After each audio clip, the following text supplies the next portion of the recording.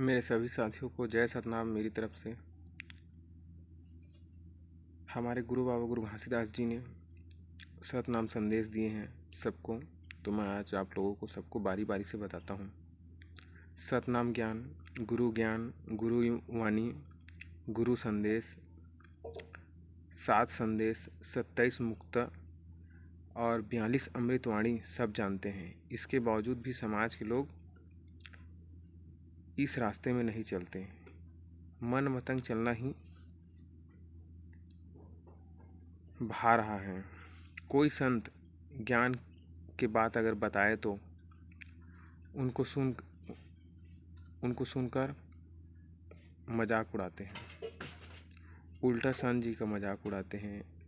सतनाम गुरु के मार्ग में चलने वाले लोग को इमोशनली टॉर्चर किया जाता है, तरह तरह के टैग लगाकर। अब इन सबको जान समझ के ही जो बीड़ा उठाता है और सतनाम में अटल खड़ा होता है वही पार लगाता है। गुरु ज्ञान आगे बढ़ा सकते हैं। जय सतनाम।